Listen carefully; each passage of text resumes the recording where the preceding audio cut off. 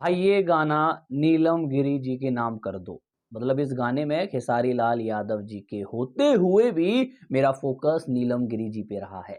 और नीलम गिरी जी एक ऐसी एक्ट्रेस लगती है मेरे को भोजपुरी में, ना आज तक मैंने उनका कोई विवाद देखा, ना आज तक उन्होंने लाइव आके कुछ ऐसे ताने कसे हैं किसी को। वो अपने काम से काम रखती है और वो जो काम करती है, सुभान अल्लाह माशा अल्लाह, अमेजिंग काम करती है। आज हम बात करने वाले हैं खेसारी लाल यादव जी और नीलम गिरी जी का एक गाना आया है हिलावे बाड़ू। और भाई बहुत बहुत उम्मीद थी और उन उम्मीदों पे गाना खरा उतरा है। गाने से कुछ शिकायतें भी हैं, वो इस वीडियो पे आपको पता चलेगा। देखिए गाने की सबसे पहले म्यूजिक की बात कर लेते हैं, जो लिरिक्स है उसकी बात कर लेते हैं, तो वो मुझे एवरेज लगते हैं। ग्रेट नहीं लगते, बहुत अच्छे नहीं लगते, बट एक एवरेज लिरिक्स हैं। मतलब लिरिक्स और अच्छे हो सकते थे और बेहतर हो सकते थे, पर नहीं हो पाए। अब ये तो राइटर की गलती है कि वो उतना अच्छा नहीं लिख पाए, बट ये खराब नहीं कहूंगा मैं इन्हें, ये एक एवरेज लिरिक्स हैं। और जहां तक मुझे लगता है कि लिरिक्स के मामले में ये गाना उतना नहीं चल पाएगा। खैर गाने की आगे बात करें तो भैया गाने की वीडियो क्वालिटी की बात कर ले तो वीडियो क्वालिटी नॉर्मल है, जैसे और गानों की होती है। कोई एकदम हाई वीडियो क्वालिटी नहीं है। ऐसा ही है कि एक फार्म में शूट हो रखा है पूरा गाना, बट दैट्स इट, खत्म।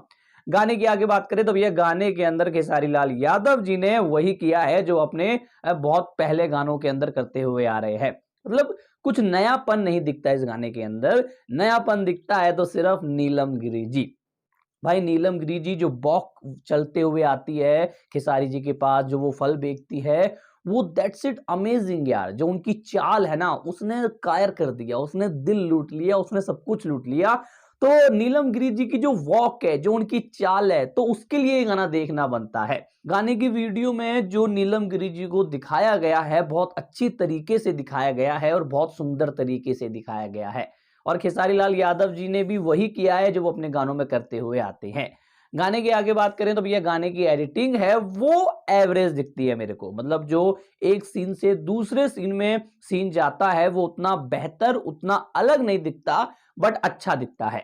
गाने की कलर एडिटिंग की बात कर लें तो भैया वो भी एवरेज दिखती है, क्योंकि कलर एडिटिंग आपको एक दो जगह बहुत ज्यादा भव्य दिखती है तो एक दो जगह बहुत ज्यादा लो दिख जाती है। बट ओवरऑल देखा जाए तो भैया खेसारी जी और नीलम गिरी जी बहुत सालों के बाद, या फिर ये कहें कि पहली बार एक ही स्क्रीन पे हमें देखने को मिले हैं, तो यही बहुत बड़ी बात है। तो इस गाने के लिए मैं बहुत ज्यादा बेसब्र था, मैं बहुत ज्यादा सस्पेंस में था, मैं बहुत ज्यादा इंतजार कर रहा था, और फाइनली ये गाना आया। क्योंकि अफवाह उड़ रही थी कि भैया नीलम गिरी जी और खेसारी लाल यादव जी एक साथ गाना करने वाले हैं।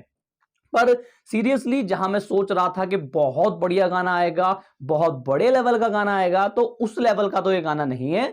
बट जैसे नॉर्मली गाने होते हैं भोजपुरी के, ये उन्हीं गानों में से एक गाना है।